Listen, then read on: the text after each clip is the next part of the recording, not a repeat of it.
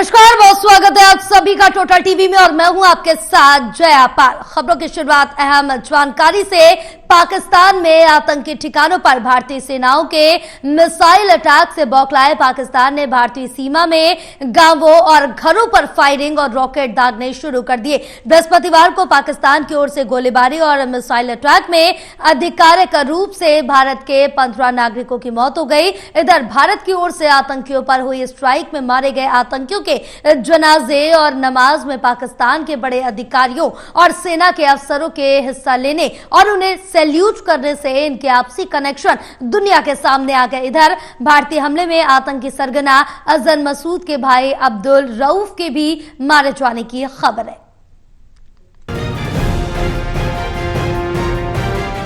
पाकिस्तान अब सचमुच बौखला गया है।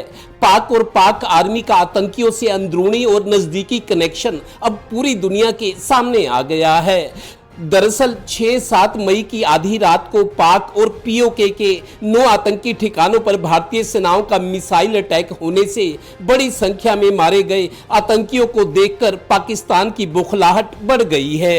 ये अब पूरी दुनिया ने देख लिया है कि कैसे पाकिस्तान सरकार के प्रतिनिधि और सेना के अफसर उनके जनाजों और नमाज में हिस्सा लेकर उन्हें सैल्यूट कर रहे हैं।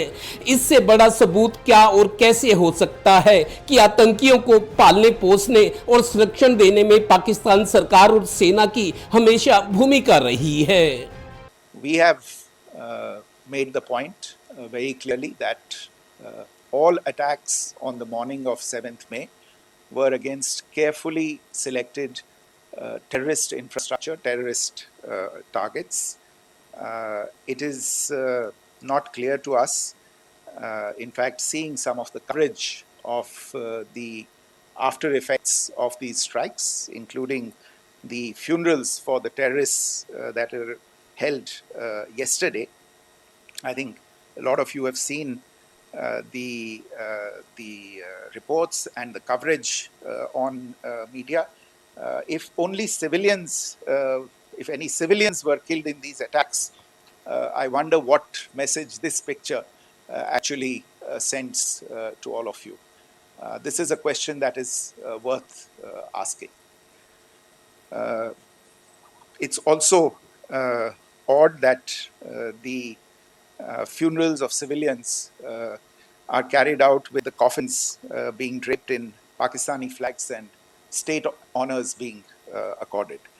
गौरतलब है कि इसी बौखलाहट और भारत की ताकत के आगे बौखलाए पाकिस्तान ने भारत के अटैक के बाद से ही सीमावर्ती भारतीय गांवों और घरों पर गोलीबारी और रॉकेट फायर करने शुरू कर दिए हैं। आतंकवाद प्रभावित क्षेत्र बारामूला, राजौरी और बृहस्पतिवार को तो सुबह ही पाक सेना ने भारतीय रिहायशी इलाकों और गुरुद्वारे पर मिसाइल अटैक कर दिया। इस अटैक में 15 भारतीयों की मौत हुई है। इनमें गुरुद्वारे के 3 सिखों की भी मौत हुई है। सुबह सुबह हुए इस अटैक में पलवल का लांस नायक दिनेश शर्मा भी शहीद हुआ है। यानी भारत के ऑपरेशन सिंदूर ने पाकिस्तान को बेचैन कर दिया है। Pakistan attempted to engage a number of military targets in northern and western India using drones and missiles. These places included Avantipura, Srinagar, Jammu, Pathankot, Amritsar, Kapurthala, Nal, Jalandhar, Ludhiana, Adampur, Bhatinda, Chandigarh, Phalodi, Uttarlai and Bhuj. These were neutralized by the integrated counter unmanned aerial system and other air defense systems. The debris of these attacks is now being recovered from a number of locations. गौरतलब है कि पाकिस्तान की ओर से लगातार भारतीय क्षेत्र में गांवों और घरों पर रॉकेट और फायरिंग करने से भारत ने भी पाकिस्तान के एयर डिफेंस सिस्टम को विफल करने के लिए अपना ड्रोन उड़ाया है। अभी तनाव बढ़ा हुआ है। इधर खबर आ रही है कि IC-814 विमान हाईजैक का मास्टरमाइंड और आतंकी सरगना अजहर महमूद का भाई अब्दुल रऊफ अजहर भी मारा गया है। इस कॉफिन में अब्दुल रऊफ अजहर का फातिया पढ़ा जा रहा है। यानी भारतीय अटैक ने पाकिस्तान की नींद हराम कर दी है। Haryana bureau total news.